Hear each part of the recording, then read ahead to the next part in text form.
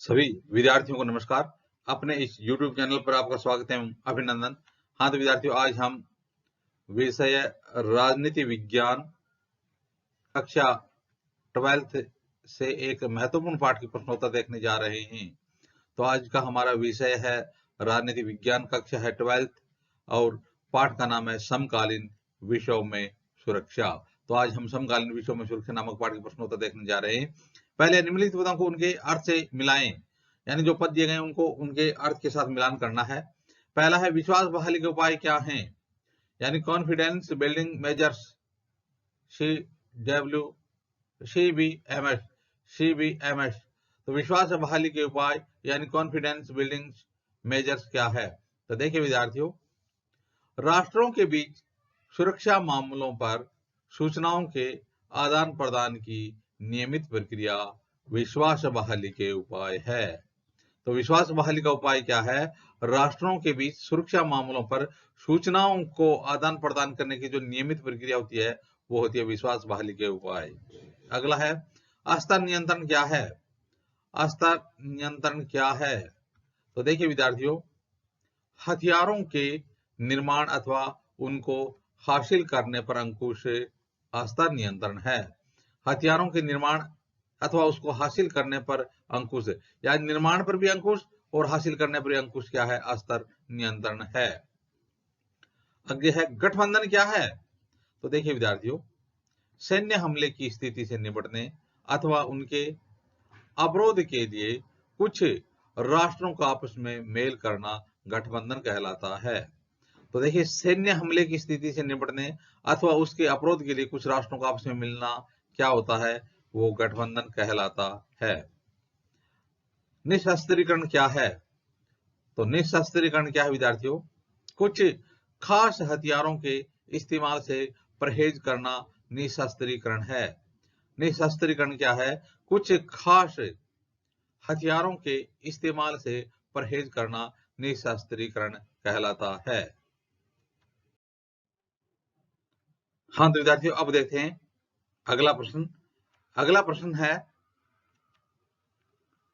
निम्नलिखित में से किसको आप सुरक्षा का परंपरागत सरोकार, सुरक्षा का अपरंपरागत सरोकार अथवा खतरे की स्थिति नहीं का दर्जा देंगे? तो आप कथन को पढ़ेंगे और पढ़ने के बाद बताएंगे कि यह सुरक्षा का परंपरागत सरोकार है या सुरक्षा का अपरंपरागत सरोकार है या फिर खतरे की स्थिति नहीं है। ये आप किस कथन को पढ़ के बताएंगे। है चिकनगुनिया या डेंगू बुखार का प्रसार, यह सुरक्षा का अपारंपरिक सरोकार है। चिकनगुनिया या फिर डेंगू बुखार का प्रसार क्या है? सुरक्षा का अपारंपरिक सरोकार है। ब पड़ोसी देश से कामगारों की आमद सुरक्षा का पारंपरिक सरोकार है। तो पड़ोसी देश से कामगारों की आमद है वो सुरक्षा का पारंपरिक सरोकार है। ग पड़ोसी राज्य से कामगारों की आमद, अब देखिए ना, ऊपर वाला है पड़ोसी देश से कामगारों की आमद है वो तो सुरक्षा का पारंपरिक सरोकार है, और पड़ोसी राज्य से कामगारों की आमद होती है वो खतरे की स्थिति नहीं का दर्जा मिलता है उनको। तो पड़ोसी राज्य से कामगारों की आमद है वो क्या होगा? खतरे की स्थिति नहीं होगी, और पड़ोसी देश से कामगारों की आमद होगी वो सुरक्षा का पारंपरिक सरोकार होगा। है अपने इलाके को राष्ट्र बनाने की मांग करने वाले समूह का उदय, अपने इलाके को राष्ट्र बनाने की मांग करने वाले समूह का उदय वो क्या हो जाएगा? सुरक्षा का पारंपरिक सरोकार होगा। इसी प्रकार से अपने इलाके को अधिक स्वायत्तता दिए जाने की मांग, देखो ऊपर है अपने इलाके को राष्ट्र बनाने की मांग, और यह करेगा अपने इलाके को अधिक स्वायत्तता अधिक स्वतंत्रता दिए जाने की मांग करने वाला का जो समूह है वो क्या हो जाएगा? वो हो जाएगा खतरे की स्थिति नहीं होगी। तो इसी प्रकार से आगे, देश की सशस्त्र सेना को आलोचनात्मक नजर से देखने वाला समाचार पत्र, तो देश की सशस्त्र सेना है उसको आलोचनात्मक नजर से देखने वाला अखबार है वो क्या होगा? खतरे की स्थिति नहीं होगी। तो इस प्रकार से हमने दूसरा प्रश्न है इसमें देखा कि परंपरागत कौन सा है और अपरंपरागत कौन सा है, इसके अलावा खतरे की स्थिति कौन सी नहीं है। तो इस प्रकार से देश की सशस्त्र सेना को आलोचनात्मक नजर से देखने वाला अखबार पर या समाचार पत्र है वो खतरे की स्थिति नहीं की स्थिति में आता है। हाँ तो विद्यार्थियों, अब देखते हैं अगले प्रश्नोत्तर। आज का हमारा अगला प्रश्न है, इस प्रश्न में पूछा गया है रिक्त स्थानों की पूर्ति करो। तो आपको रिक्त स्थानों की पूर्ति करनी है, रिक्त स्थानों को भरना है। पहला है, सुरक्षा की अवधारणा खालिस्तान को मोटे रूप से खालिस्तान वर्गों में विभाजित किया जा सकता है। सुरक्षा की अवधारणा को मोटे रूप से खालिस्तान वर्गों में विभाजित किया जाता है। तो सुरक्षा की अवधारणा उसको मोटे रूप से कितने वर्गों में विभाजित किया जाता है? 2 वर्गों में विभाजित किया जा सकता है। सुरक्षा की अवधारणा को मोटे रूप से 2 वर्गों में विभाजित किया जा सकता है। 2 वर्ग कौन कौन से हो गए? एक तो हो गया सुरक्षा की पारंपरिक धारणा और एक दूसरा हो गया अपारंपरिक धारणा। तो सुरक्षा की पारंपरिक धारणा और सुरक्षा की अपारंपरिक धारणा 2 वर्गों में विभाजित किया जा सकता है। दूसरा है, सुरक्षा की खालिस्तान धारणा में माना जाता है कि किसी देश की सुरक्षा को ज्यादातर खतरा उसकी सीमा के बाहर होता है। देखना, बहुत अच्छा प्रश्न है कि सुरक्षा की खालिस्तान धारणा को में माना जाता है कि किसी भी देश की सुरक्षा को ज्यादातर खतरा उसकी सीमा के बाहर होता है। तो बाहरी खतरा, तो इसमें आ जाएगा परंपरागत धारणा में माना जाता है। तो सुरक्षा की परंपरागत धारणा माना जाता है कि किसी देश की सुरक्षा को ज्यादातर खतरा उसकी सीमा के बाहर से होता है। तो सीमा से बाहरी खतरा वो परंपरागत श्रेणी में आता है। अगला, खालिस्तान में क्योटो प्रोटोकॉल पर हस्ताक्षर किए गए। तो क्योटो प्रोटोकॉल संधि थी, उस पर हस्ताक्षर कब किए गए? 1997 में। खालिस्तान में क्योटो प्रोटोकॉल पर हस्ताक्षर किए गए 1997 में क्योटो प्रोटोकॉल पर हस्ताक्षर किए गए। सुरक्षा नीति का संबंध युद्ध की आशंका को रोकने में होता है, जिसे खालिस्तान कहा जाता है। तो सुरक्षा नीति का संबंध युद्ध की आशंका को रोकने में होता है, उसे क्या कहा जाता है? हो जाएगा अपरोध कहा जाता है। तो प्रश्न फिर देखना, अपरोध क्या है? अपरोध बहुत अच्छा प्रश्न है। तो सुरक्षा नीति का संबंध युद्ध की आशंका को रोकने में होता है, जिसे अपरोध कहा जाता है। तो वो सुरक्षा नीति जिसका संबंध युद्ध की आशंका को रोकने से होता है, उसे क्या कहा जाता है? अपरोध कहा जाता है। हाँ तो विद्यार्थी, अब देखें अगले रिक्त स्थान। आज का हमारा अगला रिक्त स्थान है, आतंकवाद सुरक्षा के लिए खतरे की खालिस्तान श्रेणी में आता है। तो आतंकवाद है वो सुरक्षा के लिए खतरे की कौन श्रेणी में आएगा? अपरंपरागत में आएगा।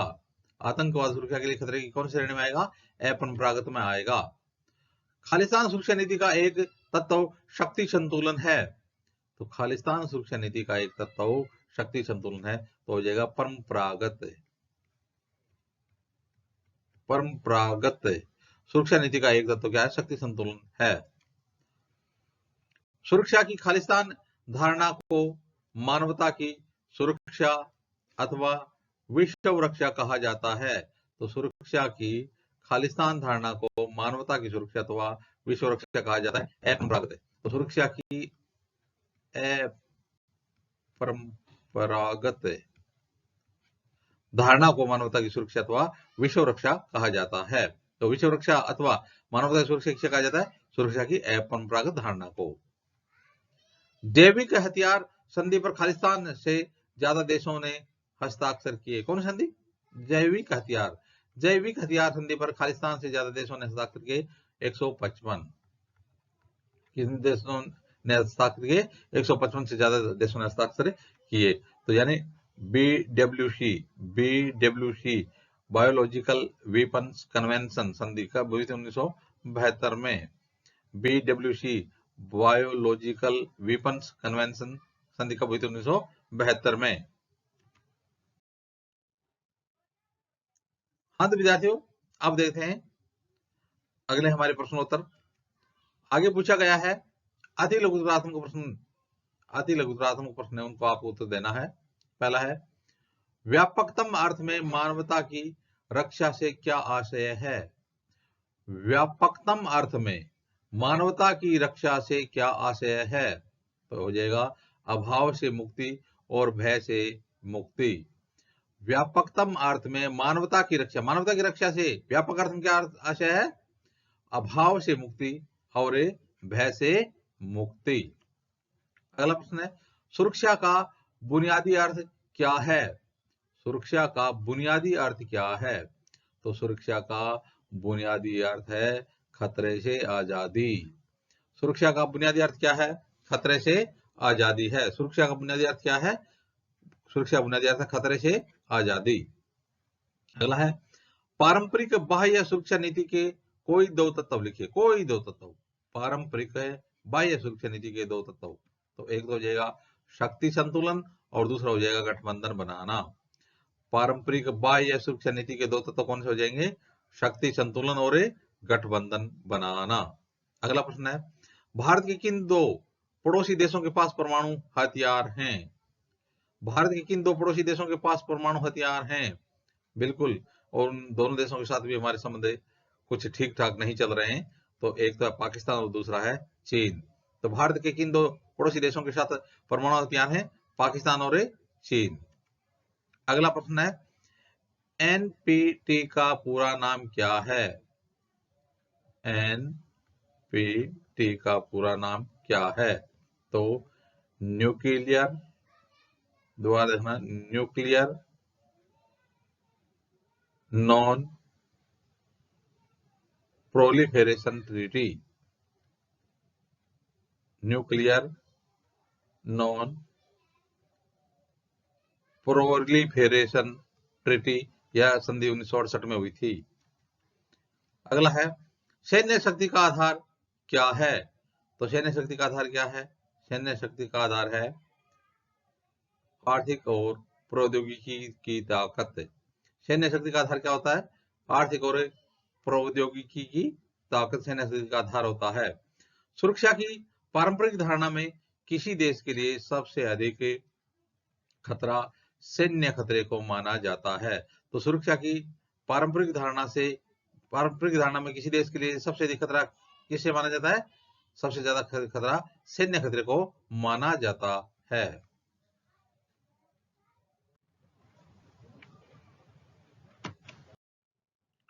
हाँ तो विद्यार्थियों अब देखते हैं अगला प्रश्न।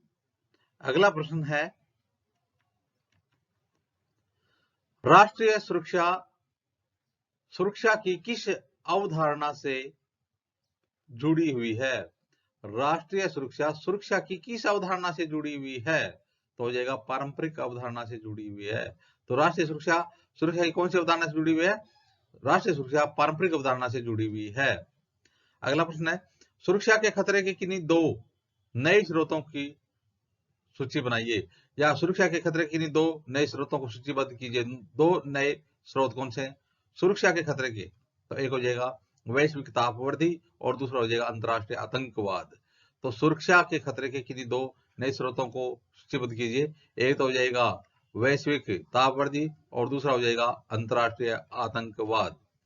अगला प्रश्न है chemical weapons convention CWC chemical weapons convention संधि पर कितने देशों ने हस्ताक्षर किए थे? तो CWC केमिकल वेपन्स कन्वेंशन पर कितने देशों ने हस्ताक्षर किए थे? 181 देशों ने हस्ताक्षर किए थे। 181 देशों ने हस्ताक्षर किए थे।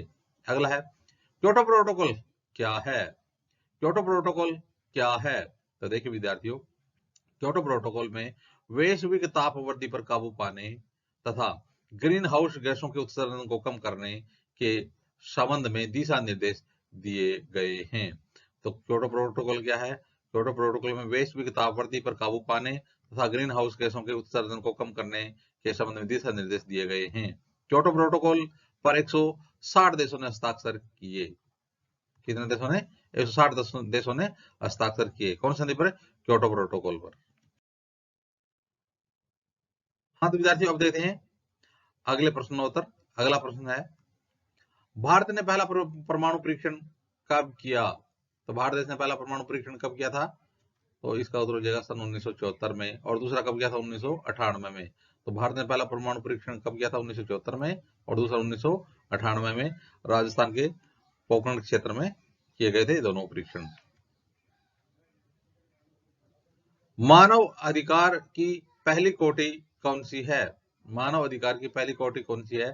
तो राजनीतिक अधिकार की। मानव अधिकार की पहली कोटि कौन सी है? राजनीतिक अधिकार की कोटि मानव अधिकार की पहली कोटि है। अगला 1990 के दशक के उत्तरार्ध में किस देश में मैड काऊ की महामारी फैली 1990 के दशक के उत्तरार्ध में। कौन से देश में मैड काऊ की महामारी फैली? उत्तर हो जाएगा ब्रिटेन में। तो ब्रिटेन में 1990 के दशक के उत्तरार्ध में मैड काऊ की महामारी फैली थी। तो इस प्रकार से विद्यार्थियों आज हमने राजनीति विज्ञान कक्षा 12 के प्रश्नोत्तर देखे। आगे आने वाले वीडियो में इसी प्रकार से अध्ययन सामग्री देखते रहेंगे। आप भी अपने YouTube चैनल के साथ बने रहिए। वीडियो देखने धन्यवाद।